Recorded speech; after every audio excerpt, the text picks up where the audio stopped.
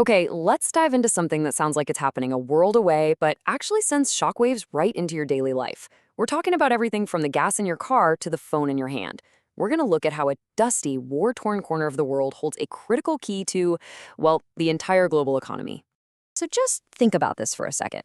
What if almost everything we buy, sell, and ship had to squeeze through a single, tiny channel of water, just over 3 kilometers wide? The entire global system, basically, resting on a knife's edge. And here's the kicker. What if the military force holding the keys to that choke point wasn't some superpower navy, but a scrappy, battle-hardened group of fighters known for wearing, well, slippers? And, this isn't some hypothetical. This is the reality in the Red Sea right now. To really get what's happening, you first have to look at the map. Our story kicks off at a place whose name literally translates from Arabic to the Gate of Tears. And boy, is that a fitting name for a place that's causing so much global anxiety. So the Bab-el-Mandeb, it's the absolute linchpin. It's the one and only way for ships to get from the Indian Ocean into the Red Sea and then onto the Suez Canal. If the Gate of Tears closes, the Suez Canal might as well be a dead-end street. All that traffic, all that trade, just stops. Now, what's really wild is the geography here. The straits actually split in two. You've got the big strait, which looks great on paper. It's wide, it's deep, but in reality, it's an underwater minefield of reefs and volcanic islands, totally unsafe for those massive container ships. So every single one of them, the giants carrying our cars, our oil, our phones, they're all forced to funnel through the small strait, a tiny 3.2-kilometer wide channel sitting right under the nose of Yemen. And the amount of stuff getting squeezed through that tiny channel is just staggering. We're talking 12% of all global seaborne trade. 4 million barrels of oil every single day. And get this, a whopping 80% of all goods traded between Asia and Europe. It's truly one of the world's most critical economic arteries. So what happens when that artery gets clogged? Well, ships have no choice but to take the long way around Africa. That adds like 8 to 14 days to their journey. And the cost? This number says it all. Over $1 million in extra fuel for just one trip. Now multiply that by thousands of ships, and you start to see the economic chaos this whole thing creates. Right, so who exactly has their finger on this giant red button of global trade? That brings us to our next section. It's time to meet the group at the center of it all, the so-called Slipper Army. The Houthis didn't just appear out of thin air. They started back in the 90s as a movement trying to preserve their local religious and cultural traditions, but things really kicked off in 2003. Their leader, Hussein al-Houthi, opposed Yemen's support for the U.S. invasion of Iraq, and that's when they took up arms. And that nickname? It comes from the simple footwear a lot of their fighters wear right into battle. And make no mistake, these guys are formidable fighters. For years, they fought a multi-billion-dollar Saudi-led coalition that was armed to the teeth with the latest American jets and tanks. And guess what? The Houthis, they won. They basically turned the battlefield into a junkyard of abandoned high-tech weaponry.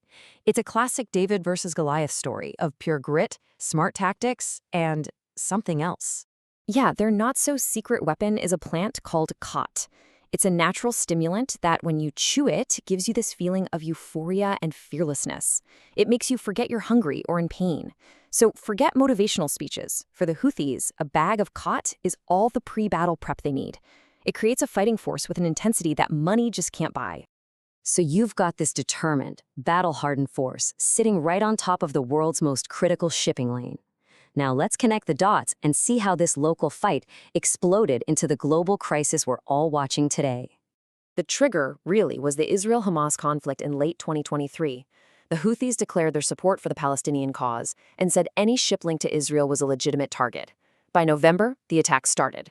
The US and EU responded with naval patrols, but the attacks just kept coming, getting worse through 2024 and beyond, eventually leading to direct missile strikes on Israeli territory and a full-on campaign in 2026. And the impact was immediate, and it was devastating. I mean, look at this chart.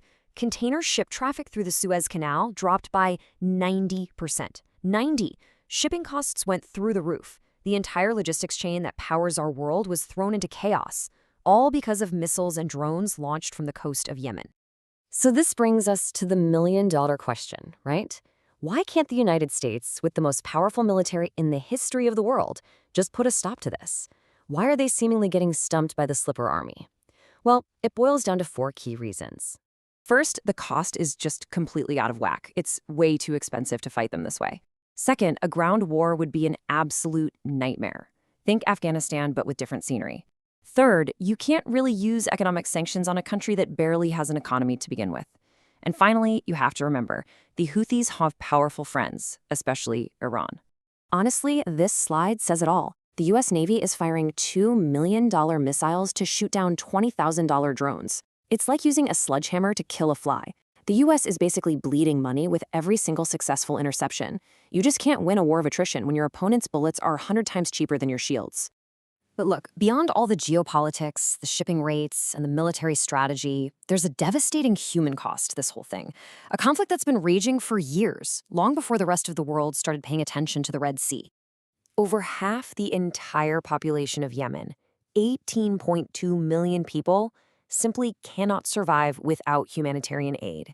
This is one of the worst humanitarian crises on the planet, and it's born from years of just brutal civil war and foreign intervention. Basic infrastructure has totally collapsed. Half of all the hospitals in the country are out of service.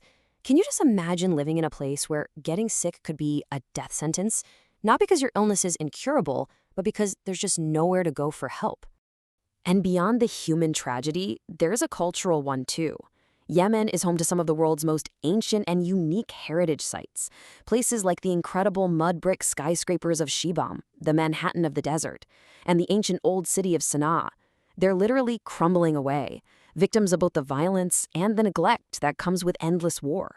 So what's the ultimate takeaway here? We can sit and debate the politics and the tactics all day, but the reality is undeniable. A determined, low-tech force, by simply exploiting one geographic choke point, has managed to hold the global economy hostage and challenge the world's greatest military powers. And whether you see them as rebels or freedom fighters or something else entirely, one thing is crystal clear. A group of people in slippers are rewriting the rules of the international order, and that is something we're thinking about.